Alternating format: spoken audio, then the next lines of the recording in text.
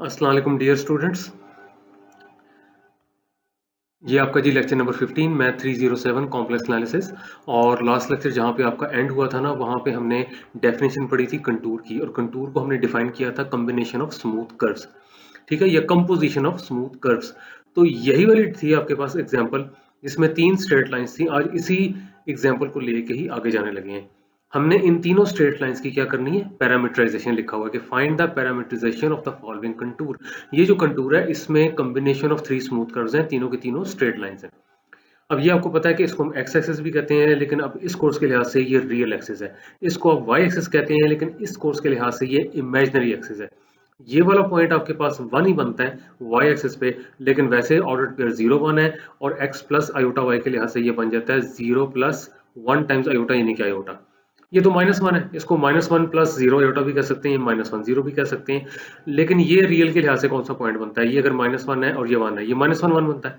तो जैसे x Y order pair होता है x प्लस आयोटा वाई, तो ये आ जाएगा -1 प्लस आयोटा टाइम्स 1। तो -1 प्लस आयोटा, वैसे देख लें ये -1 आयोटा इनको ऐड करके आ रहा है। इसी तरह से ये वाला पॉइंट देख लें, यहाँ पे 1 है, यहाँ पे 1 है, तो ये 1 1 जो कि 1 प्लस आयोटा, कैसे एक्स वाई होता है x प्लस आयोटा वाई। और इसी तरह से यहाँ पे देख लें, ये वाला पॉइंट 2 में से क्रॉस करके फिर यहाँ पे पहुंचा हुआ है। ये 3 था, ये माइनस आयोटा था, 0 -1। तो 0 -1 क्या बनता है, 0 माइनस आयोटा ही बनता है ना। तो ये माइनस आयोटा और ये 3, ये दोनों देखें यहाँ पे ऐड हुए हैं। ऐड होने का मतलब यही बनता है कि यहाँ पे जो x कोऑर्डिनेट है यहाँ पे 3 है, और जो आपके पास y कोऑर्डिनेट है ये -1 है, और ये जो एक्स वाई है इसको x प्लस आयोटा वाई लिखा जा सकता है। अब वो कहता है जी कि पैरामीटराइजेशन करनी है। अब वो कहता है recall the equation of the straight line through z0 and z1 is given by. पहले ये दिमाग में रख लें कि ये आपके पास स्ट्रेट लाइन की क्वेश्चन है कॉम्प्लेक्स प्लेन में। ये मैंने दिया था क्वेश्चन 7 पेज 17 आपकी असाइनमेंट नंबर 1, ग्रेडेड असाइनमेंट की बात नहीं कर रहा, असाइनमेंट नंबर 1 जो रिकॉर्डेड लेक्चर से पहले हो गई थी, जब हम फेस टू फेस मुलाकात हुई थी क्लास में। लेकिन जो भी स्टूडेंट्स इस वक्त वॉच कर रहे हैं अपने या दूसरे, उनके लिए मैं सिर्फ एक खुशखबरी दे रहा हूँ कि इसकी डेरिवेशन मैंने इसी लेक्चर के एंड में स्पेशली ऐड की है। अभी इसको मान के चल रहे हैं, इसी लेक्चर के एंड में मैंने इसकी डेरिवेशन ऐड की है। लेकिन अभी फिलहाल ये समझ लें कि ये 2 पॉइंट्स हैं, फिक्स पॉइंट्स हैं स्ट्रेट लाइन पे। z0 वो वाला पॉइंट है जहां से स्ट्रेट लाइन शुरू हो रही है, जैसे c1 के केस में -1 प्लस आयोटा z0 है, c2 के केस में -1 है, C3 के केस में 1 प्लस आयोटा है, और Z1 वो वाला पॉइंट है जहां पे स्ट्रेट लाइन एंड हो रही है, टर्मिनल पॉइंट है। यानी कि C1 के केस में -1 है, C2 के केस में 1 प्लस आयोटा है, C3 के केस में 3 माइनस आयोटा है, और ये जनरल पॉइंट है। और टी वेरी करता है। वैसे मजे की बात है कि आगे जाके हम देखेंगे टी स्ट्रेट लाइन में हमेशा ही 0 से 1 होता है, हमेशा ही 0 से 1 होता है। इसको प्लीज जरा, मैं चाहता हूँ आप इंटरेस्टिंग बनाएं मैथमेटिक्स को, समझने की कोशिश करें। अभी हम करके भी दिखा देंगे आपको, इन तीनों के केस में करके दिखाएंगे 0 to 1 होता है। लेकिन ये देखें, Z0 भी इसी लाइन पे लाई कर रहा है, Z1 भी इसी लाइन पे लाई कर रहा है, तो Z0 इसको सेटिस्फाई करेगा। अगर Z को मैं Z0 करूं तो ये Z0 और ये Z0 हो जाएंगे cancel. Z1 minus Z0 times T is equal to 0 हो जाएगा। Z1 Z0 के बराबर नहीं है, तो T 0 हो जाता है। बड़ा स्ट्रेट फॉरवर्ड मैंने बता दिया, दोबारा सुन लीजिएगा। इसी तरह से अगर Z को मैं Z1 सब्स्टिट्यूट करता हूं, इसको उठा के लेफ्ट साइड पे ले आए तो Z1 माइनस Z0, और Z1 माइनस Z0 दोनों तरफ कैंसिल करें तो T इज इक्वल टू 1। ये सीधा सीधा हो गया। आए हम पैरामीटराइजेशन करते हैं C1 की। इसमें देख लें, जो इनिशियल पॉइंट है -1 प्लस आयोटा है, और जो टर्मिनल पॉइंट है -1 है। आपने करना ये है कि ये Z0 की वैल्यू जो है -1 प्लस आयोटा इधर सब्स्टिट्यूट करनी है, ये की हुई है, और दोनों का डिफरेंस लेना है -1, और ये माइनस माइनस प्लस हो जाएगा, -1 प्लस 1 माइनस आयोटा, ये देखें किया हुआ है। तो ये -1 प्लस 1 कैंसिल हो जाएंगे, ये वाली चीज आ जाएगी। और यहां से देख लें, इन्होंने ये फॉर्म बनाई हुई है कि वही वाली चीज कि जी इसका रियल पार्ट क्या बनता है, पैरामीटराइजेशन टाइप है, रियल पार्ट इसका क्या बनता है, जो -1 है, और आयोटा वाली टर्म कौन सी बनती है, यहाँ से 1 आ रहा है, और यहाँ से आपके पास आ रहा है -t, ये आपके पास आ गया। अब इसकी आपने करने के t की वैल्यू, ये पैरामीटराइजेशन कंप्लीट नहीं है, t की वैल्यू आनी चाहिए। वैसे तो मैंने बताया 0 to 1 है, लेकिन आप इसको करके देखें, इजीली पता लग जाएगा। कैसे पता लग जाएगा? पहली बात है कि ये जो आपके पास है ना, खैर से ये तो वैसे ही आपके पास जो वर्टिकल लाइन है, जिसके ऊपर वेरी करना है आप किसने, y कोऑर्डिनेट ने, और वहां से नजर भी आ रहा है x कोऑर्डिनेट तो फिक्स है, ये x। जरा ध्यान से देखें जहां से आप स्टार्ट हो रहे हैं, देखें कंटूर में डायरेक्शन बहुत इंपॉर्टेंट है। अगर ये डायरेक्शन उसने ली है तो इसी को आपको लेना पड़ेगा, जो किसको कहते हैं इनिशियल पॉइंट, ये टर्मिनल पॉइंट। ये डायरेक्शन ली है तो ये इनिशियल पॉइंट, ये टर्मिनल पॉइंट। ये डायरेक्शन ली है तो ये इनिशियल पॉइंट, ये टर्मिनल पॉइंट। अब यहाँ पे देख लें, आयोटा का कोएफिशिएंट 1 है ना, जब आयोटा का कोफिशिएंट 1 है तो 1 को लिखें 1 माइनस टी, तो टी 0, 1 1 कैंसिल हो जाएगा। इसी तरह से यहाँ पे देख लें, यहाँ है -1 प्लस 0 आयोटा, आयोटा का कोफिशिएंट 0 है। तो जब आप यहाँ पे देख लें कि आयोटा का कोफिशिएंट 0 है तो 1 माइनस टी को जब आप 0 लिखेंगे तो टी इज इक्वल टू 1। ये मैंने जुबानी बोल दिया, आगे किया हुआ है।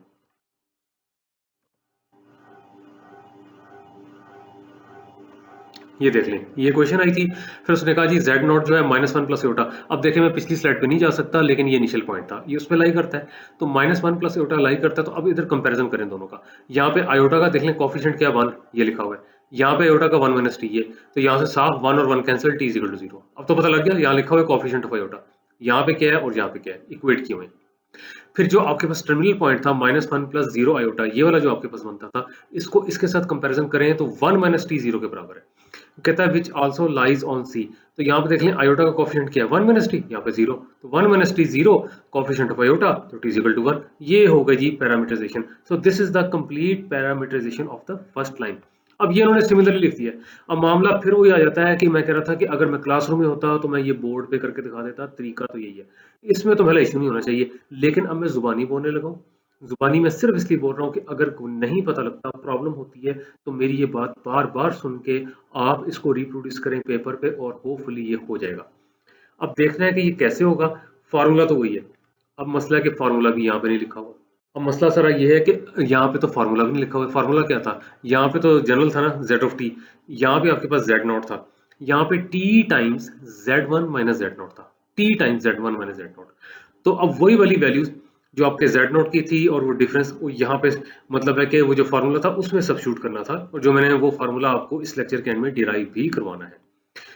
और इसमें सिंपल सी बात ये है कि जो आपके पास C2 था, इसके अंदर जो आपके पास इनिशियल पॉइंट आ रहा था, जो C2 था उसके अंदर जो आपके पास आ रहा था ना इनिशियल पॉइंट, वो आपके पास आ रहा था -1 प्लस आयोटा टाइम 0, यानी कि -1। C2 का इनिशियल पॉइंट -1 था और C2 का जो टर्मिनल पॉइंट था 1 प्लस आयोटा था। फिर सुन लें, C2 का जो इनिशियल पॉइंट था यानी कि Z नॉट -1 था, और जो दूसरा था आपके पास वो 1 प्लस आयोटा था। तो वो जो फार्मूला था वो था z is equal to Z naught plus T times z1 minus Z naught. Z naught की जगह मैं -1 करूंगा। अब ये मैं इसको नहीं एक्सप्लेन कर रहा, मतलब एक्सप्लेन मैं एक तरह से इसी को कर रहा हूँ, लेकिन ये किस तरह आता है बता रहा हूँ। जेड नॉट की जगह -1 और T times z1 minus Z not. z1 था 1 प्लस आयोटा और z नॉट था आपके पास -1, तो 1 प्लस आयोटा माइनस ऑफ -1, तो ये बन जाता है -1 plus T times 2 plus iota, तो ये बन जाता है फिर ट्वाइस टी, और इसके अलावा आपके पास आ जाता है आयोटा टी -1। तो आयोटा टी ये लिखा हुआ है, ट्वाइस टी ये लिखा हुआ है, -1 ये लिखा हुआ है। ये बिल्कुल मैंने जुबानी बोला है, और वही पॉइंट्स को सामने रख के जो कि आपके पास इनिशियल और टर्मिनल पॉइंट्स है। अब रह गया कि ये वैल्यू कहाँ से आ रही है। इसका मैं सिंपल आपको बताऊं कि यहाँ पे देख लें, ज्यादा आसान तो यहाँ से है। y कोऑर्डिनेट देख लें। अब मैं फिर बोलने लगूं, पहला था -1 प्लस आयोटा 0, तो आयोटा का कोफिशिएंट 0, तो t इज इक्वल टू 0, वो ये बन गया। दूसरा पॉइंट आपके पास था 1 प्लस आयोटा, दूसरा पॉइंट था आपके पास 1 प्लस आयोटा, आयोटा का coefficient 1, t is equal to 1। ये तो बहुत सिंपल है। अब ये है कि जी इसी को देखना है, इधर से भी देख सकते हैं, इधर से भी देख सकते हैं, लेकिन इसमें फिर आपको जो रियल पार्ट होगा, या मतलब ये कहना चाहिए कि पॉइंट का जो रियल पार्ट होगा उसके साथ कंपेयर करना पड़ेगा।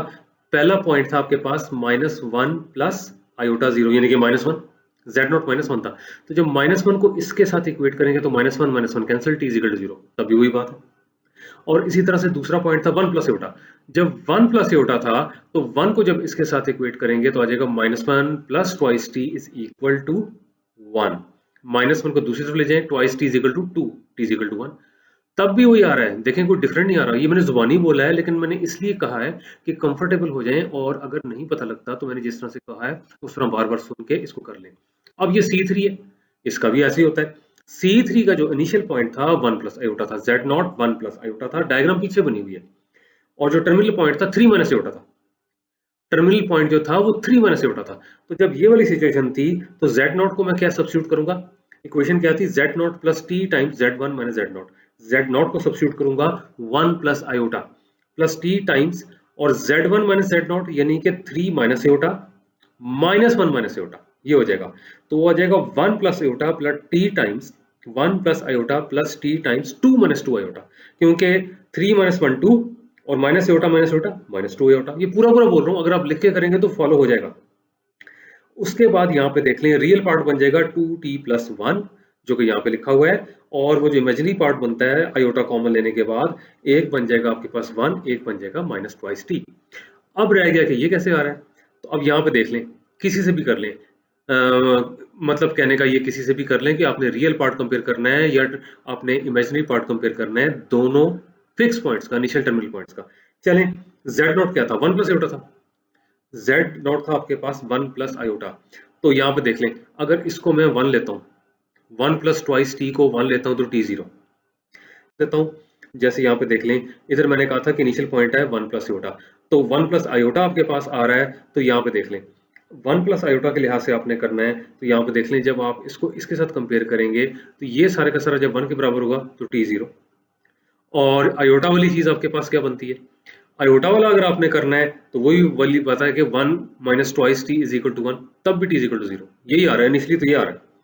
टर्मिनल पॉइंट जो आपके पास आता है 3 माइनस आयोटा, 3 माइनस आयोटा, अगर इस सारी चीज को मैं 3 लेता हूं, तो यहाँ पे देख लें 1 plus twice T is equal to 3, 1 को राइट साइड पे ले जाएं, twice T is equal to 2, तो टी इज इक्वल टू 1।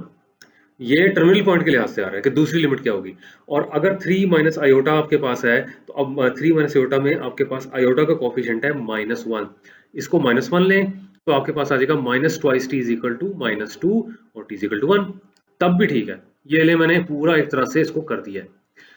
मेरा मकसद बिल्कुल नहीं है कि लंबी लंबी मतलब है कि मैं वीडियोस को रिकॉर्ड करूं, मकसद अगर किसी वजह से ये लेंथी होती इसलिए कि आपको समझ आ जाए।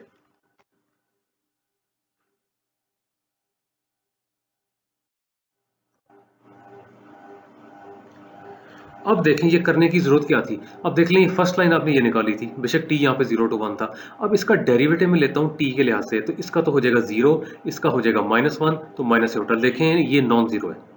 इसी तरह से z2 आपने ये निकाला था, इसका भी डेरिवेटिव आप t के लिहाज से लें तो यहाँ पे देख सकते हैं बड़ा इजीली, t का डेरिवेटिव 1 होता है, यहाँ से आ जाएगा 2 विच इज दिस वन, और t का डेरिवेटिव 1 आयोटा, ये भी नॉन जीरो है। थर्ड लाइन आपके पास इसके बराबर आई थी, इसका भी डेरिवेटिव अगर आप t के लिहाज से लेते हैं तो यहाँ पे देख लें ये आ जाएगा आपके पास 2, और यहाँ से आ जाएगा t का डेरिवेटिव 1, तो -2 आयोटा। तीनों नॉन जीरो आ रहे हैं ना, this is really very important. लगता है कि डेरिवेटिव के लिए निकाला है ना t के लिहाज से, लेकिन इसकी अब हमने सिग्निफिकेंस देखनी है, सिग्निफिकेंस देखनी है कि जो आप कर्व निकालते हैं फिर आप उसका डेरिवेटिव लेते हैं t के लिहाज से, वो आपके पास नॉन जीरो आना चाहिए। इसकी यही तो हमने समझना है, इस लेक्चर में हमने यही समझना है कि डेरिवेटिव क्या शो कर रहा है और उसको नॉन जीरो क्यों होना चाहिए।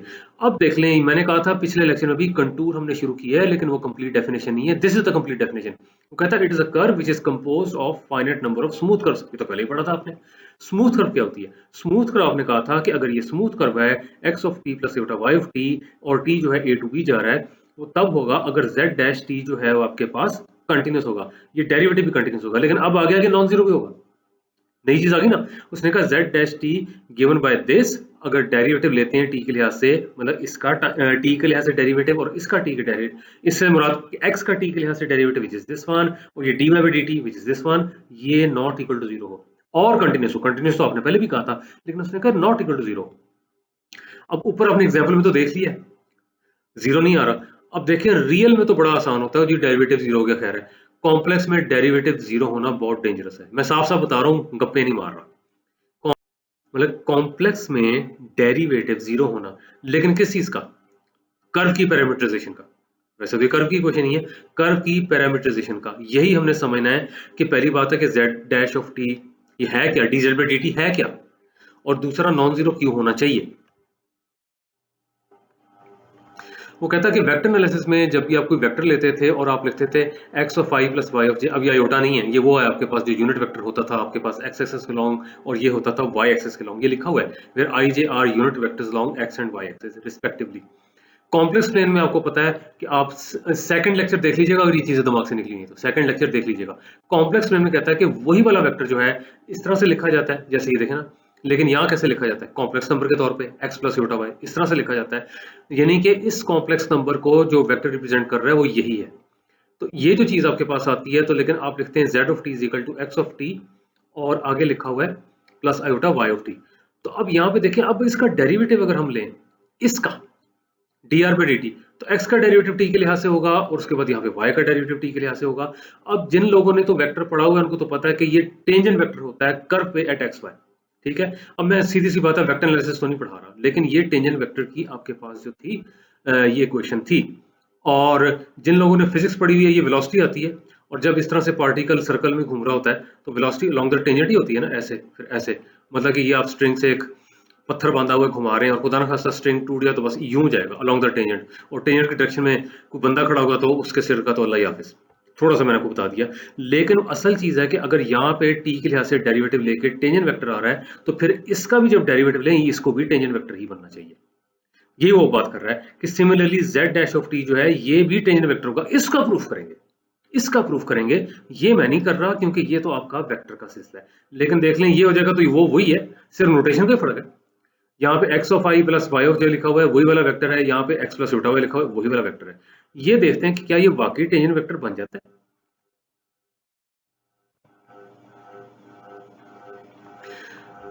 अब इसका भी बड़ा इंपॉर्टेंस है, वो कहता है कि अगर ये नॉट इक्वल टू जीरो तो इसका मतलब है कि C has a unique tangent at every point, her point पे एक ही टेंजेंट आ रहा है। इसको समझेंगे अभी, ये लिखा हुआ है लेकिन अभी समझाया नहीं है। आए ये देखते हैं कि ये z dash of t tangent vector कैसे बनता है। ये देख लें जी, अब मैं इसको रियल एक्सिस कहूंगा, इसको इमेजिनरी एक्सिस या ओरिजिन। ये जो आपके पास है ये कर्व जा रही है, ये कर्व जा रही है, और ये वाला पॉइंट जो है z ऑफ t है, मतलब कि इसका जो पोजीशन वेक्टर है p का ओरिजिन के लिहाज से z ऑफ t है। q जो है इसका पोजीशन वेक्टर ओरिजिन के लिहाज से z as a function of t plus delta t है। क्यों t प्लस डेल्टा t है, t को वेरी करते हैं तो ये सारी कर्व आती है। ठीक हो गया। अब ये वाला वेक्टर क्या है, पी क्यू। ध्यान से देखें, ये जो आपके पास ओ क्यू वेक्टर है ये रिजल्टेंट वेक्टर है। लंबी चौड़ी थ्योरी में नहीं दे रहा, रिजल्टेंट वेक्टर का मतलब ये होता है कि डायरेक्ट ये आपको ओ से क्यू पे लेके जा रहा है। ये कंपोनेंट्स हैं, पहले कहता है जी पी पे जाओ फिर पी से क्यू पे जाओ। और जो रिजल्टेंट वेक्टर होता है कंपोनेंट्स के सम के बराबर होता है, यानी कि जेड ऑफ टी, जुबानी सुने जरा इसको, Z of T plus P Q is equal to this one. ठीक हो गया जी। अब इसको मैं जेड ऑफ टी क्यों कह रहा हूँ, ये वेक्टर ओ पी का है या जेड ऑफ टी एक ही बात है, क्योंकि ये जो आपके पास वेक्टर है इसी कॉम्प्लेक्स नंबर को रिप्रेजेंट कर रहा है। फिर मसला है तो लेक्चर 2 देख सकते हैं। तो ये आपके पास आ जाएगा z of t plus P Q vector is equal to this vector. तो फिर पी क्यू वेक्टर क्या हो जाएगा, पी क्यू वेक्टर आपके पास हो जाएगा z t plus delta t minus Z of t, ये लिखा हुआ है। तो यहाँ पे देख लें z t plus delta t minus Z of t, और ये डेल्टा z क्या है, डेल्टा z यही वाला वेक्टर है, देखिए इधर भी लिखा हुआ है। क्यों इसको डेल्टा z लिखा हुआ है, अब देख लें ये वेरी वेरी स्मॉल है, लगता है जी बहुत लंबा चौड़ा है, ये असल में ये पॉइंट्स यहाँ तो लगता है काफी फासले पे हैं, ये बहुत करीब करीब हैं। ये जो आपके पास p और q के दरमियान जो वेक्टर है ये वेरी वेरी स्मॉल है, इसको डेल्टा z कहा गया। क्यों डेल्टा z क्या आ गया, देखे ना ये वाला वेक्टर z से रिप्रेजेंट हो रहा है, ये वाला वेक्टर जो है z t plus delta t से। तो ये भी असल में अगर आपने कहना ही है ना कि ये क्या है, तो ये असल में रिप्रेजेंट हो रहा है, जिसको आप कह सकते हैं, वैसे तो डेल्टा z ही लिखा हुआ है, और यहाँ से आप देखें ये आपके पास दिस माइनस दिस है और ये वाली चीज बनती है, और दो जेड्स का डिफरेंस है, इसको डेल्टा z लिखा हुआ है। इस तरह से मैंने समझा दिया, दो जेड्स का डिफरेंस है उसको डेल्टा z। क्यों delta z, very very small, क्योंकि delta t is very very small, ज्यादा फर्क नहीं इन दोनों का। तो ये वाला वेक्टर है जी डेल्टा z। लेकिन अब देखें अगर आपको दिमाग में कोई ये वाला जो आपके पास वेक्टर है इन the direction of P Q है जो डेल्टा z है, तो डेल्टा z जो है तो ये तो आ गया आपके पास। अब यहाँ से पढ़े, कहता है consider z of t as a position vector whose terminal point p describes a curve in a definite direction. ये देखें z of t as a position vector, इसकी बात कर रहा है। यहाँ से देखें कहता है consider z of t as a position vector, इसकी बात कर रहा है। ये पोजीशन वेक्टर बनता है p का with reference to o, whose terminal point p describes a curve. ये है जी terminal point p describes the curve. क्यों, t वेरी करेगा और कर्व बनती चली जाएगी, जनरेट हो जाएगी इन अ डेफिनेट डायरेक्शन, मतलब कि ये डायरेक्शन है, ये आगे जाके मजीद आपको ये क्लियर होगा कि इसमें कंटूर में डायरेक्शन ली जाती है। और यहाँ पे कहता है कि एज टी वेरीज, अब वो कहता है z of t and z of t plus delta t represent position vectors of the points p and q। ये देख लें ये p का था ये q का था, ये मैंने समझा भी दिया आपको। तो फिर वो कहता है ये डेल्टा z क्या होगा, यही मैंने कहा था ये रिजल्टेंट वेक्टर है, इन दोनों के सम के बराबर है, तो डेल्टा z हो जाएगा दिस माइनस दिस। ठीक है, ये आपके पास आ गया जब ये वाली चीज है। और अगर ये मुश्किल लगता है ना तो मैं जुबानी बोलने लगा हूं, ध्यान से सुन लें। आप लिख लें O Q vector is equal to O P vector plus P Q. तो ओ क्यू की जगह ये लिखें, ओ पी की जगह ये लिखें, और पी क्यू की जगह ये डेल्टा जेड, इससे ये बन जाता है। अच्छा, अब अगर डेल्टा टी पे दोनों तरफ डिवाइड कर दें तो कहता है is a vector in the direction of delta Z, ये भी तो वही होगा, स्केलर मल्टीपल ही है ना। यहाँ पे देख लें दो वेक्टर्स की डायरेक्शन सेम होती है अगर वो एक दूसरे के पॉजिटिव स्केलर मल्टीपल हो। मैं खाली स्केलर मल्टीपल नहीं कह रहा, पॉजिटिव। तो डेल्टा टी ये पॉजिटिव है, सीधा सीधा ये आपके पास जो है ये इंक्रीज हो रही है इसके अंदर, तभी वो आगे पहुंचा हुआ है। तो अब ये वाला जो वेक्टर, इसको ध्यान से देखें, अगले मैंने स्लाइड पे इसकी लिमिट लेनी है delta T goes to zero. अब देखें ये डेरिवेटिव की डेफिनेशन ध्यान से देखें, ये D Z by D T हो जाएगा और ये भी डेरिवेटिव की ही डेफिनेशन है। लेकिन प्लीज ज्योमेट्रिकली देखें, अगली स्लाइड पे मैं नहीं एक्सप्लेन कर सकूंगा। जब आप कहते हैं ना कि delta T goes to zero, तो फर्क क्या पड़ेगा? Delta T goes to zero में यहाँ पे देख लें, ये आपके पास है क्या, इसको सीकेंट ऑन द कर्व कहते हैं। टेंजेंट टू द कर्व होता है ना, ये secant on the curve. Secant होता है जो दो जगह कट मार जाए। तो यहाँ पे देख लें, जब आपके पास delta T goes to zero होगा तो ये यहाँ पॉइंट आ जाएगा, ये कुछ इस तरह बन जाएगी, यहाँ पे आ जाएगा, इस तरह बन जाएगी। तो लिमिटिंग फॉर्म में when delta T goes to zero, तो अब ये देख लें डेल्टा जेड भी तो जीरो को जाएगा, यानी कि ये जीरो को जाएगा, ये इधर इधर इधर। फाइनली ये सिचुएशन हो जाएगी, ये जो ग्रीन लाइन है यानी कि ये टेंजेंट बन जाएगा, ये जो सीकेंट वेक्टर है ये टेंजेंट वेक्टर बन जाएगा जब आपके पास होगा delta T goes to zero, जब आप यहाँ पे लिमिट लेंगे। और जब लिमिट लेंगे तो ये बनेगा क्या, D Z by D T. तो ये बन गया ना टेंजेंट वेक्टर, यहाँ पे देख लें ये इसकी डायरेक्शन में होगा, तो जब इसकी डायरेक्शन में होगा this is a tangent vector. तो तब भी यहाँ पे देख लें ये चीज टेंजेंट वेक्टर है, ये चीज टेंजेंट वेक्टर जो पिछली स्लाइड पे लिखा हुआ था। अगली स्लाइड पे मजीद क्लियर है, जो किया हुआ क्लियर मैंने, उसको देखते हैं। ये देखिए लिमिट ले ली, ये इसके बराबर आ गया, ये इसके बराबर आ गया। वो कहता है अगर ये लिमिट एग्जिस्ट करती है, the limit is a vector in the direction of the tangent to C. ये देखें डायग्राम से मैंने एक्सप्लेन कर दिया था, यहाँ पे डायग्राम नहीं है। और ये देख लें यही बनता है आपके पास, z था x प्लस एटा y, तो D Z by D T यही चीज बनती है। तो ये बन गया ना टेंजेंट वेक्टर। रिकॉल करें कि आपने कहा था कैलकुलस ऑफ रियल वेरिएबल्स में कि dy बाई डी एक्स जो होता है स्लोप ऑफ द टेंजेंट होता है इस पॉइंट पे x y पे। ये देख लें सिंपली, ये आपके पास कर्व होती है, इस तरह से टेंजेंट ड्रॉ करते थे, ये हिस्सा हम कहते थे कि ये dx है, ये dy है। तो यहाँ पे थीटा बना होता था, वैसे tan थीटा होता है dy बाई डी एक्स, ठीक है। तो होता स्लोप वही है कि tangent of the angle which the line makes with the positive x axis, तो वो आपके पास स्लोप ऑफ द टेंजेंट बन जाता था। तो लाइन से मुराद यहाँ टेंजेंट ही है, तो dy by D x slope होता था। अब वो कहता है कि अब ये ध्यान से देखें, जो मैंने कहा था ना इसका डेरिवेटिव का जीरो होना डेंजरस है, यहाँ बता रहा है। अब वो कहता है कि अगर z डैश t जीरो है, ये जीरो है। कॉम्प्लेक्स नंबर कब जीरो होता है? कॉम्प्लेक्स नंबर तभी जीरो होता है अगर रियल पार्ट भी जीरो और इमेजिनरी पार्ट भी जीरो। तो ये जीरो हो गया। dx बाई dt जीरो, तो ये जीरो हो गया। dy बाई dt जीरो, तो ये जीरो हो गया। अब dy बाई dx क्या होता है? ये होता है dy by dt divided by dx by dt। अब ऊपर वाला भी जीरो है, नीचे वाला भी जीरो है, तो जीरो और जीरो तो कुछ नहीं होता। अब कहेंगे नहीं ये तो होता है, ये तो जी वो हॉपिटल रूल, वो लिमिट निकलती है, वैल्यू नहीं निकलती। जीरो और जीरो की वैल्यू कोई नहीं है, वो लिमिट निकलती है, ठीक है।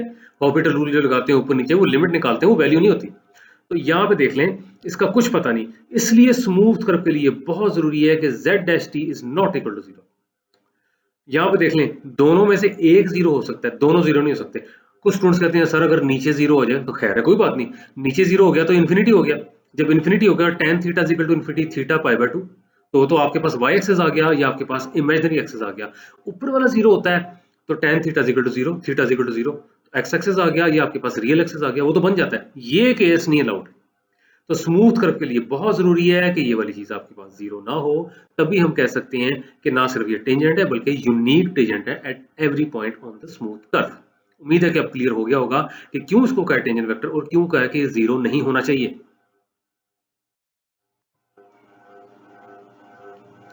तो ये लें जी, अब एक और मेथड हम सीखने लगे, कंटूर इंटीग्रल। अब वो कहता है suppose F of Z is a continuous complex valued function defined on the contour C. अब कंटूर का भी आपको पता होना चाहिए, कॉम्प्लेक्स वैल्यूड का भी पता होना चाहिए। कंटिन्यूअस का फिलहाल यही है कि उसके ग्राफ में ब्रेक नहीं है, अगर ये चीज तंग करती है तो फिलहाल जो पॉइंट पे वैल्यू है वो इसकी लिमिट है, मैंने यूं बता दिया। अब वो कहता है z ऑफ t जो है कोई पैरामीटराइजेशन है c की, फॉरन क्लिक होना चाहिए कि c को आप लिख सकते हैं z is equal to x of t plus iota y of t, और t की कोई लिमिट होगी a टू b। तो अब यहाँ पे देख लें, इसको अब आपने इंटीग्रेट करना है। अब फंक्शन ऑफ z है, यहाँ पे dz है, ये बहुत कॉम्प्लिकेटेड है, ये लगता बड़ा सिंपल है, this is complicated because z is equal to x plus iota y। इसके अंदर एक वेरिएबल नहीं है, दो वेरिएबल्स हैं। तो उसमें हम ये करेंगे कि दोनों वेरिएबल्स को वन वेरिएबल की फॉर्म में ले जाएंगे, यानी कि पैरामीटराइज करेंगे। देखें ये अब एक लॉजिक आ गई ना, क्यों पैरामीटराइजेशन करनी है? ताकि x भी t की फॉर्म में आ जाए, y भी t की फॉर्म में आ जाए। तो यहाँ पे देख लें, जब ये z ऑफ t लिखा तो यहाँ पे आ जाएगा dz by dt into dt। अब लिमिट t की होगी a टू b, तो ये नहीं निकलना, ये निकालना आसान नहीं होता, ये निकलाता होता है। अगर c की पैरामीटराइजेशन हो जाए तो कैसे होगी, ये नीचे एग्जांपल दी हुई है। वो कहता है कि इसको निकालें। अब देखें ये फर्स्ट टाइम तो लगेगा चलो जी इसका लॉग ले लेते हैं, log of z minus 2, complicated हो गया। लेकिन यहाँ पे देखें वो कहता है c जो है अपर सेमी सर्कल है, c के बारे में। अब देख लें, अब एक चीज ध्यान से सुने, जो कर्व दी हुई है उसी को फॉलो करना है, और फिर जिस तरह से उसने डायरेक्शन बताई है ना उसी की डायरेक्शन में जाना है। अब डायरेक्शन से क्या मुराद है, पहले तो देख लें किस किस्म का सेमी सर्कल है। रेडियस उसका 1 है, सेंटर इसका x इक्वल 2 है, x इक्वल टू 2 है, यहाँ पे अगर 2 है ना तो रेडियस 1 है, इधर 3 चला जाएगा, यहाँ पे 2 है तो यहाँ पे 1 चला जाएगा, तो ये हो गया। लेकिन कहता है in the counter clockwise direction, यहाँ पे देख लें यूं जाएगा। और ये ध्यान रखें सेमी सर्कल है, सेमी सर्कल है, सेमी सर्कल है, तो यहाँ पे देख लें 1 से स्टार्ट होके तो 3 पे एंड होगा, सेंटर उसका 2 है। अगली स्लाइड पे डायग्राम है, तो पहले तो सी को पैरामीटराइज करना पड़ेगा। तो ये रिकॉल करें कि इक्वेशन ऑफ द सर्कल जो होती है, जो आपने पहले पढ़ी हुई है, बल्कि इस कोर्स के अंदर भी पढ़ी हुई है, मैंने कराई हुई है, लेक्चर नंबर 2 ही देख लीजिएगा। ये देख लें, जो आपके पास सर्कल की इक्वेशन होती है, इसका centre x naught y naught होता है और रेडियस r होता है, यही होती है ना। और वैसे क्या होता है, सर्कल वही होता है ना, set of all the points which are equidistance from a given point. Given point को कहते हैं सेंटर ऑफ द सर्कल, वो x नॉट y नॉट होता है। तो x y जनरल पॉइंट लें, तो अब x नॉट y नॉट का और x y का डिस्टेंस क्या होगा, x minus x naught square plus y minus y naught square under root is equal to r। इसके साथ कंपेयर करें, अब ये दिया ही हुआ था, ये सेमी सर्कल है, ले ये सेमी सर्कल, ये नीचे मैंने ड्रॉ जरूर किया हुआ है, लेकिन अपने लाइन से ऊपर ऊपर लेना है, और या नहीं ये लाइन से स्टार्ट होके इसी लाइन पे खत्म होना है। ये लाइन से मुराद पॉजिटिव एक्स एक्सिस पे या रियल एक्सिस पे, ठीक है। अब उसने कहा था ये जो सेंटर है x इक्वल 2 है, रेडियस 1 है, तो यहाँ मैंने कहा था 3 और यहाँ पे 1, ये 3 0 ये 1 0। अब यहाँ पे देखें पैरामीटराइजेशन करनी है। अब असल में हमने ये करना होता है, कुछ सब्स्टिट्यूट करना होता है। वैसे तो दिमाग में आता है जी x को करना है या y को करना है, कुछ सब्स्टिट्यूट करना होता है जो इस इक्वेशन को सेटिस्फाई करे। अब देख लें, रटा नहीं लगाना है जी, x को r cos थीटा कर दें, y को r sin थीटा, वो तब होता है अगर x नॉट y नॉट 0 हो या सर्कल का सेंटर ओरिजिन हो। अब आपने क्या करना है, x माइनस x नॉट को ही अगर आप करें r cos of t, y minus y not को करें r sin ऑफ t, तब ये सेटिस्फाई हो जाता है। ये मैंने क्यों बोला, ये मैंने इसलिए बोला कि पहले तो आप इस सर्कल की इक्वेशन लिखें, है वो सेमी सर्कल, x नॉट तो 2 के बराबर है, ये x नॉट को तो 2 कर दें, ठीक हो गया जी। y नॉट क्या है, 0, ये देखें सेंटर 0, y नॉट को 0 कर दें, ये बन गई इक्वेशन। y नॉट 0 हो गया तो y स्क्वायर हो गया, x नॉट 2 हो गया तो x माइनस 2 होल स्क्वायर हो गया, ये हो गया। अब आपने वही मैंने कहा था, जैसे x माइनस x नॉट को r cos 2 कर सकते हैं, तो यहाँ पे x माइनस 2 को r cos t, r तो 1 है, ये cos t हो गया। और यहाँ पे y माइनस y नॉट को करना है, लेकिन यहाँ सिर्फ y है, तो y को कर दें sin t, करना r sin t है, तो ये बनती है जी। इस तरह से सब्स्टिट्यूट करना है, और ये देख लें ये दोनों इस इक्वेशन को सेटिस्फाई करते हैं, ये दोनों इस इक्वेशन को सेटिस्फाई करते हैं। अब रह गया जी वो पैरामीटराइजेशन का। अब रिकॉल करें पैरामीटराइजेशन क्या थी। देखिए मैं हर दफा स्टूडेंट्स को कहता हूं कि पहले प्लीज थ्योरी अंडरस्टैंड किया करें, फिर क्वेश्चन किया करें। वो था जी z equal to x plus iota y और x function of t, y function of t, this means z function of t। तो अब यहाँ पे कैसे करें जी, तो यहाँ पे x प्लस आयोटा y निकालने की कोशिश करें। कैसे निकाला हुआ है, यहाँ पे देख लें इन्होंने x माइनस 2 किया हुआ है, यहाँ पे आयोटा से मल्टीप्लाई किया हुआ है। अब देख लें ये आ जाएगा cos t plus iota sine of t, cos of t plus iota sine of t by the Euler's formula is e rays power iota t। और यहाँ पे देख लें हमें तो चाहिए x प्लस आयोटा y, यही है ना, तो -2 को भी वो राइट साइड पे ले गए, इस तरह से किया।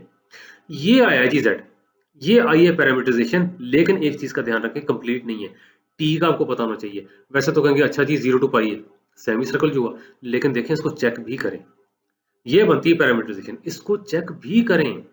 कैसे चेक करेंगे, इस तरह से चेक कर सकते हैं कि यहाँ पे देख लें, कॉमन सेंस है, कोई मुश्किल नहीं है, कॉन्सेप्ट है कि x एक्सिस है, इसमें कौन सा कोऑर्डिनेट वेरी करता है, x कोऑर्डिनेट वेरी करता है। तो अब यहाँ पे देखें, यहाँ से स्टार्ट होना है, क्योंकि काउंटर क्लॉकवाइज ये इनिशियल पॉइंट है, ये टर्मिनल पॉइंट है। यहाँ जो आपके पास आएगी वैल्यू t की, वो होगी लोअर लिमिट, यहाँ पे जो वैल्यू आएगी t की वो होगी अपर लिमिट।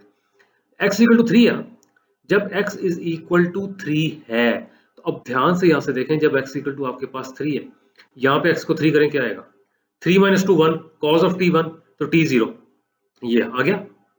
अब यहाँ पे x की वैल्यू क्या है 1, यहाँ पे 1 करें तो cos ऑफ t माइनस 1, तो t पाई, ये आ गया। अब आप कहेंगे जी यहाँ से क्यों नहीं किया, इधर से क्या पता लगेगा, ये देखें यहाँ भी आपके पास y 0 है तो यहाँ भी y 0 है, तो साइन 0 0 साइन पाई भी 0, वो तो तुक्का मारने वाली बात है। लेकिन यहाँ तो डायरेक्ट आ रहा है क्योंकि x वेरी कर रहा है। यहाँ पे जब आपने 3 किया तो यहाँ पे देख लें t 0 आ रहा है, जब यहाँ पे आपने 1 किया तो cos ऑफ t माइनस 1 यानी कि t पाई आ रहा है, ये आ गया। अब देख लें, अब इस इंटीग्रल को सॉल्व कर सकते हैं। z की जगह आपने क्या लिखना है, इसको लिखना है 2 प्लस ई रेस्ट पावर आयोटा t, ये लिखा, और ये -2, ये ट्रबलिंग फैक्टर उड़ गया। उसके बाद dz नहीं लिखना है, यहाँ पे dz पे dt करना है, क्योंकि अब लिमिट टी में चली गई है, D Z by D T यहाँ पे डी टी, ठीक हो गया। और लिमिट है 0 से पाई। अब D Z by D T क्या है, इसको डिफ्रेंशिएट कर लें विद रिस्पेक्ट टू टी। ये 2 का तो 0 हो जाएगा, ये आ जाएगा ई आयोटा टी इंटू आयोटा, मतलब जो ऊपर वाली चीज है ई आयोटा टी इंटू आयोटा। ऐसे डिफ्रेंशिएट करते हैं ना एक्सपोनेंशियल को, उसको खुद लिख देते हैं और जो पावर में होता है उसका डेरिवेटिव वो जो कि आयोटा बनता है। अब नीचे भी ए आयोटा टी, ऊपर भी ये तो कैंसिल हो गया, आयोटा कांस्टेंट है, इसको बाहर ले जाएं। ये इंटीग्रल क्या होगा, यहाँ पे यूं कहा जा सकता है कि डेरिवेटिव इंटीग्रल खत्म तो टी आ जाएगा, यूं भी कह सकते हैं, या 1 का इंटीग्रल टी, तो टी में जब पाई सब्स्टिट्यूट करें तो पाई आ जाएगा, 0 करें तो 0, तो pi minus 0, iota times pi minus 0 iota पाई। ये आंसर आ गया। उम्मीद है कि समझ आ गया होगा और उम्मीद है कि आपको ये इंटरेस्टिंग भी लगा होगा ये वाला क्वेश्चन। तो अब यहाँ पे देख लें, वही थ्योरम हमने अप्लाई किया, इसको नहीं किया। आप z को as a function of t ले गए हैं और t की लिमिट लगाई है पैरामीटराइज करने के बाद, c को पैरामीटराइज करने के बाद, तब आपने इसको क्या किया, इंटीग्रेट किया।